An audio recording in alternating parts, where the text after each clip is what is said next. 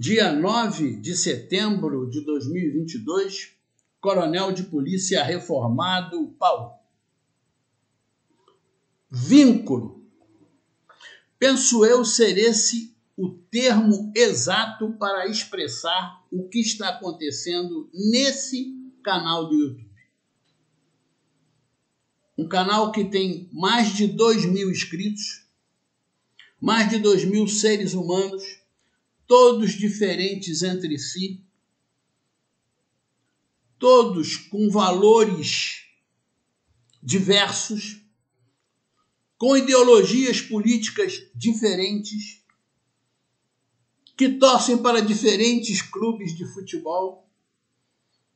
E eu poderia elencar uma série de diferenças entre nós, mas que nós estamos conseguindo agregar aquilo que nos é comum, criar esse vínculo nessa luta pelos nossos direitos, como militares do Estado do Rio de Janeiro e pelos direitos das nossas pensionistas. É um canal onde não existe interesse político do responsável pelo canal. Eu não sou e não pretendo ser candidato a nenhum cargo eletivo. Já disse isso algumas vezes.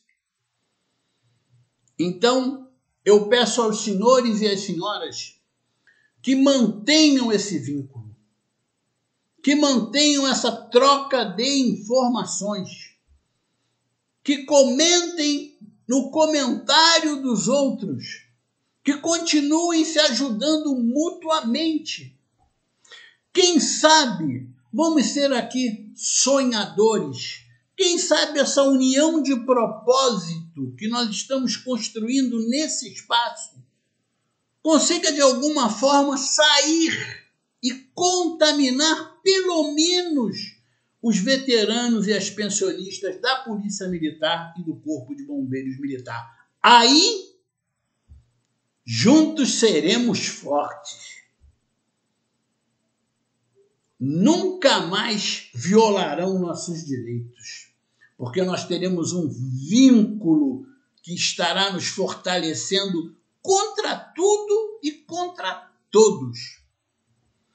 Em nome dessa diversidade, eu vou abordar um tema que pouco falei no canal, que é a responsabilidade do governo federal no tocante à quebra da paridade. Por que eu falo pouco sobre isso? Porque, para mim, na minha cabeça, já está pacificado esse ponto. Começa pelo seguinte: se o governo federal não tivesse criado a Lei Federal do Sistema de Proteção Social dos Militares Federais, não teria ocorrido a quebra da paridade aqui no Rio de Janeiro.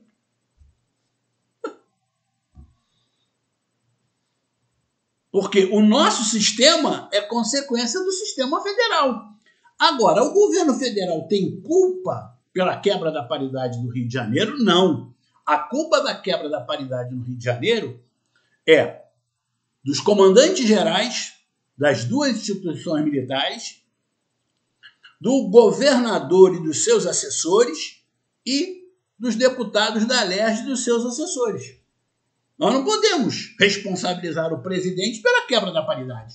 Agora, se o grupo do governo federal não tivesse criado esse sistema e obrigado que os Estados-membros do Distrito Federal criassem também, eles não teriam feito essa covardia conosco aqui que fizeram. E outra coisa, esse sistema de proteção social dos militares federais não agradou a ele, não. Pelo que eu sei, não agradou. Se agradou, por favor, informem aqui nos comentários. Mande um link de alguma matéria, de algum artigo, de algum praça, algum oficial das Forças Armadas, dizendo como foi bom, como foi boa a criação desse sistema de proteção social dos militares federais, para eu tomar conhecimento. Por exemplo, de vez em quando, eu recebo um link de artigos da revista Sociedade Militar. Eu não sei se ela é de direita, não sei se ela é de esquerda. Não sei qual é o viés político, né, dos editores, né, desse site, Revista Sociedade Militar. Podem pesquisar que vão achar. Aí eu recebi hoje, estava lendo, eles estavam reclamando que os graduados, olha só, hein? Nós estamos falando de Forças Armadas, que os graduados não estavam recebendo, os graduados candidatos, não estavam recebendo dos seus partidos o repasse do fundo eleitoral. E elencaram alguns graduados que não receberam nada. Nem um centavo receberam até hoje. Falaram de alguns oficiais que receberam e falaram da exceção, segundo o artigo, que é o deputado Hélio Lopes, que é subtenente do Exército.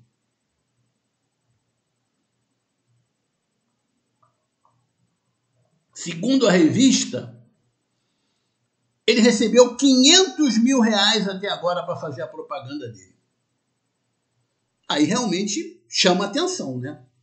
Você tem que ter uma reflexão a respeito. Pô, por que outros graduados não recebem nada e um graduado recebe 500 mil? É claro que isso tem a ver com cada partido, né? Os graduados são de diferentes partidos. Aí eu fui, quem é o deputado Hélio Lopes? Porque a revista dizia que ele era o deputado federal mais votado no Rio de Janeiro. Aí eu fui lá, entrei no site da Câmara dos Deputados e fui ver a atividade parlamentar do deputado Hélio Lopes. E aí, pela fotografia, identifiquei que o deputado Hélio Lopes é aquele deputado federal que anda o tempo todo ao lado do presidente. Que aparece várias vezes ao lado do presidente. Ao longo desses quase 4 anos aí. Tá, o presidente está lá, o deputado federal Hélio Lopes do lado. Então ele recebeu 500 mil do partido para fazer a campanha eleitoral dele. Aí eu fui ver a atividade parlamentar dele. Por favor, senhores e as senhoras, verifiquem a atividade parlamentar do deputado e tirem as suas conclusões. Eu vou adiantar a minha, né? Porque eu não tenho nem pet, quanto mais político de estimação. Não tenho nenhum político de estimação, graças a Deus nunca tive. Como nunca escondi que votei no presidente Bolsonaro. A conclusão que eu cheguei é que eu estou pagando do meu bolso um amigo do presidente Bolsonaro para ficar do lado dele. A minha conclusão. Façam a pesquisa, os senhores e as senhoras, e tirem as suas conclusões. Vejam a atividade parlamentar do deputado. E concluam. Mas o tema mais importante é, novamente, a GRAM e também, um outro tema relevante, é a Gretchen. Por favor, conversem com seus advogados. Eu não canso de dizer que eu não sou bacharel em direito, mas eu sou uma pessoa lógica, eu consigo ler as leis e entender. A legislação que trata desse sistema de proteção social dos militares, ela tem princípios básicos. Um deles é a paridade, que só foi quebrado no Rio de Janeiro. Como foi quebrado, todo mundo já sabe. Até o Poder Judiciário já está decidindo nesse sentido. Deram 2 reajustes para os ativos e chamaram um desses reajustes de GRAM. Foi isso que quebraram a paridade. Isso não tem novidade nenhuma. Nós já estamos exaustos de saber isso. Agora, estão querendo, eu já recebi vários comentários nesse sentido, e até no Zap também, que estão chamando veteranos para que seja diminuído o valor da Gretchen deles. Porque a lei agora fixou em 100 50% e 192,5%. Aí o veterano estava ganhando, por exemplo, 145, menos 5%. 145. Aí passaram para 150. Claro, tem que passar para 150. Aí estão dizendo que não pode em razão do tempo do fato. Olha, respeitando o conceito jurídico que está envolvido nisso, se você majorar o percentual da GRET do ativo, você obrigatoriamente tem que majorar o percentual da GRET do veterano. Por quê? Senão você quebra a paridade através da GRET. Já quebraram através da GRAN, agora querem quebrar através da GRET. O direito adquirido é a GRET, não é o percentual. Então, se daqui a pouco, um governador, daqui a 3 anos, passa a GRET para 180, o veterano que recebia 140 vai continuar recebendo 140? Não pode.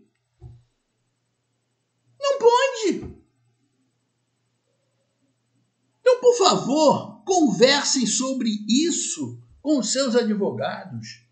Levem mais esse instrumento para eles. Nós ainda temos um outro instrumento que podemos comentar futuramente, que é uma questão que o coronel Laranjeira, coronel de polícia reformado Laranjeira, estudou, mandou até para mim, antes dele adoecer, que é a questão da irredutibilidade do salário. Não pode ser reduzido. Então a gente pode fazer uma interpretação a partir disso também, para lutar pelo retorno da paridade. Então é isso, conversem, troquem sempre informações com os seus advogados. Quem ainda não entrou com ação, leva tudo que já aprendeu nessa troca de conhecimento. Não só aqui, né? Nesse canal do YouTube, nos outros canais do YouTube, nos outros sites, nas conversas com os amigos. Quanto mais material os advogados receberem, melhor ficará a sua ação. E aqueles que já estão com ação, conversem também. Todo fato novo que surgir, converse com o seu advogado. Bem, outra coisa que estamos comentando muito é com relação ao governo do Estado, né? Aliás, mais especificamente, está se comentando muito sobre eleição e eleição para governador. Eu já peguei os candidatos, passei pelo crivo dos meus parâmetros e eu vou votar no Paulo Ganimi.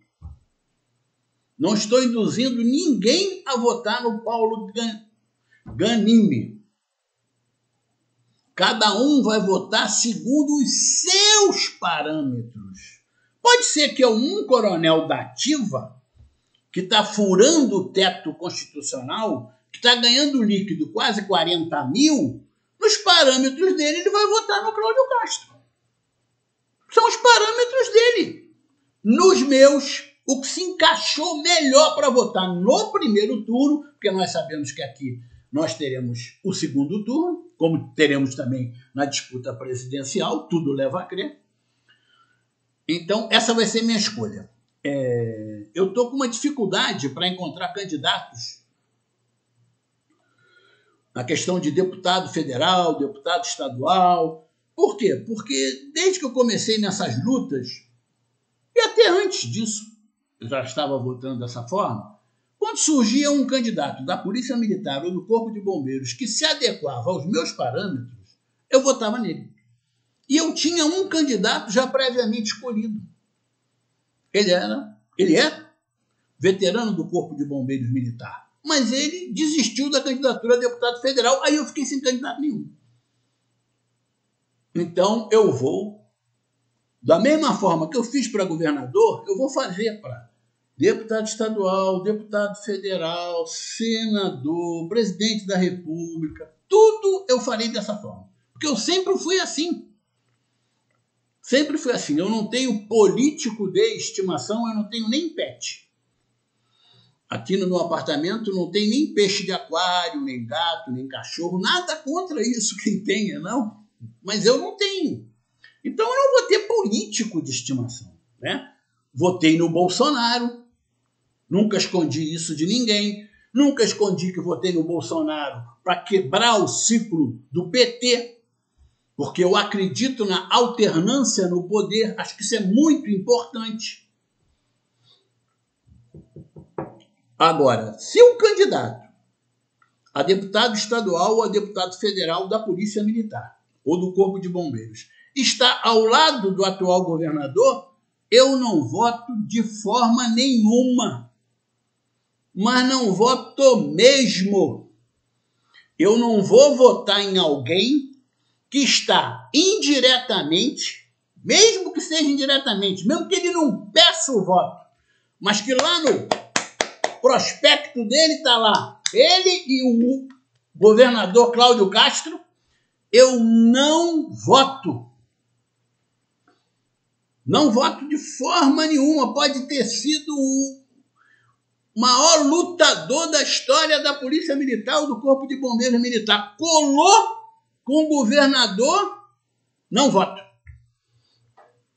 É um parâmetro que eu não abro mão, entre outros, né? Então eu estou com dificuldade, eu estou buscando, né? Já analisei um candidato, analisei outro. E é até difícil descobrir todos os candidatos da Polícia Militar e do Corpo de Bombeiros Militar, né? Não é uma coisa fácil de você obter. Mas estou analisando. Agora, para governador, com certeza irei no Paulo Ganimi. E volto a dizer, use os seus parâmetros para escolher os seus candidatos. Eu sei que eu estou falando uma coisa que os senhores e as senhoras já fazem, mas não custa nada, né? Sempre reforçar isso, né? Que é importante que a gente não toque de ouvido.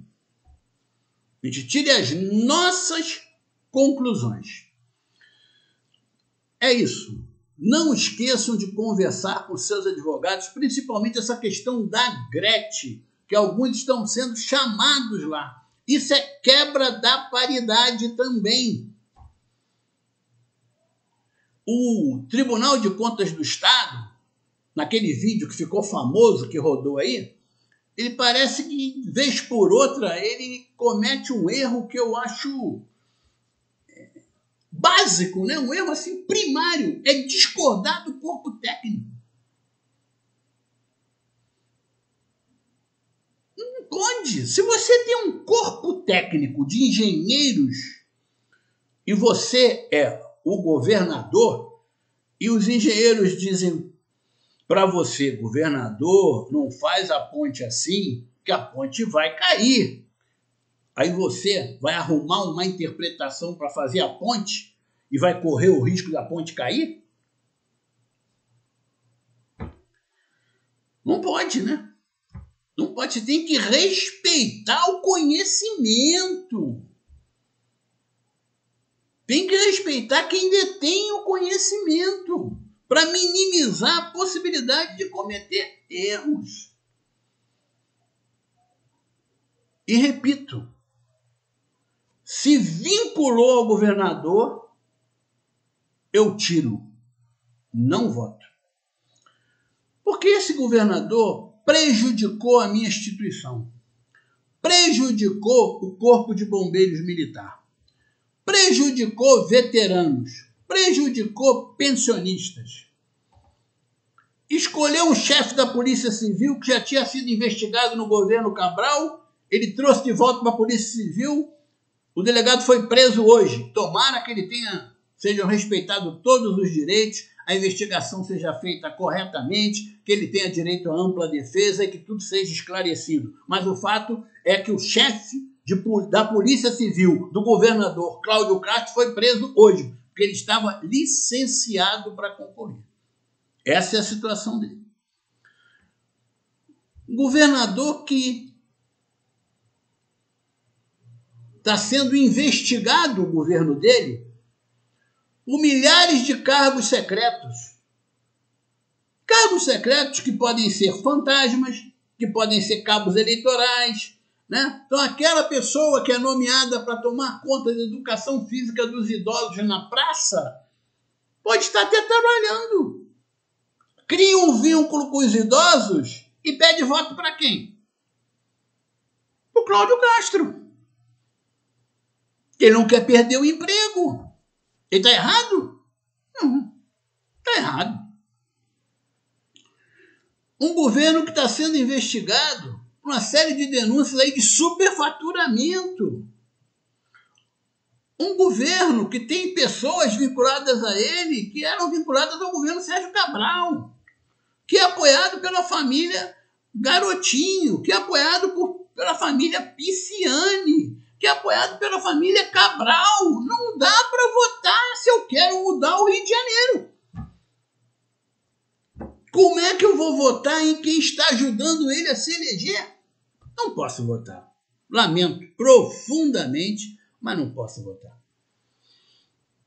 Não é por aí. Por aí a gente não vai resolver nada para a nossa polícia militar, para o nosso corpo de bombeiros militar, quer seja para os ativos, para os veteranos ou para os pensionistas. Agora, sempre insistindo nisso, não acreditem nas minhas palavras.